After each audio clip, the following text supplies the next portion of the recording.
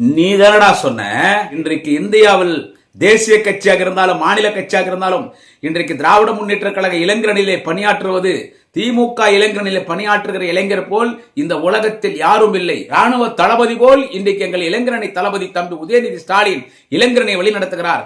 இந்த இளைஞரணியை பார்க்கும் பொழுது நாஞ்சில் சம்பத்துக்கு ஒரு ஆசை, ஒரு 30 வயது குறைந்து விடக்கூடாதா, நானும் அந்த கூட்டத்தில் ஒருவனாக அமரக்கூடாதான். பேசின விபச்சாரி வாய் இது உன் வாய் தானே, அப்படியே மாத்தி பேசுறாங்க.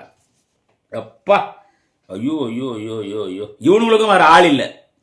அந்த கொலகாரன் நம்பர் குடிகாரன் பொம்பளை பொறுக்கி விஜய், அவனுக்கும் வேற ஆள் இல்லை. அங்க போய் எங்க இளைஞரணியத்தை பத்தி பேச இங்க இருக்கும்போது இங்க எப்படி பேசினா, இப்ப அங்க அப்படியே பேசி காட்டணும், அப்படிதான் பேசினான் அவன். இப்ப அங்க போய் என்னன்னு கேட்டா அங்க போய் அப்படியே மாத்தி பேசுறாங்க. அந்த இளைஞருடைய முகத்திலே மகிழ்ச்சி இல்லை, ஒரு ஆரவாரம் இல்லை, ஒரு எழுச்சி இல்லை. நீதானடா சொன்ன தம்பி உதயநிதி ஸ்டாலின் இளைஞரணியிலே எழுச்சியை பார்க்கிறேன் 30 ஆண்டுகள் கழித்து.